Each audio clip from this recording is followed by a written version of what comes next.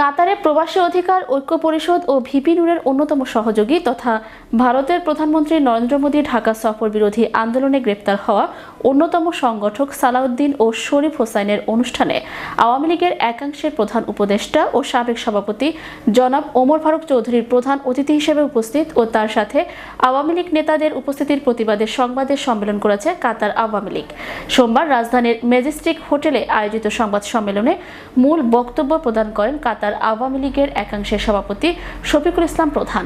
এ সময় অন্যান্যদের মধ্যে উপস্থিত ছিলেন সিনিয়র সহসভাপতি আলী আহমেদ, সহসভাপতি গাজী আলাউদ্দিন, যুগ্ম সাধারণ সুলাইমান গনি, কাতার স্বেচ্ছাসেবক লীগের সভাপতি আবুল কাশেম সরকার, বঙ্গবন্ধু সাংস্কৃতিক জোটের সাধারণ সম্পাদক ফয়েজ আহমেদ, ফয়জুল ইসলাম আতিক, আন্তর্জাতিক বিষয়ক সম্পাদক রবিনুর ইসলাম শাহ শাহিন, আব্দুল আউয়াল, আল আমিন এবং ইলেকট্রনিক ও প্রিন্ট মিডিয়া সাংবাদিকবৃন্দ।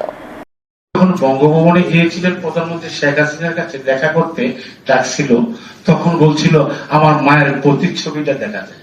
আর সেই বাংলাদেশের নেতৃত্ব দিয়েছেন আমাদের আপনাদের সকলের প্রিয় বিশ্বনন্দিত জাতির পিতা বঙ্গবন্ধু শেখ মুজিবুর রহমান।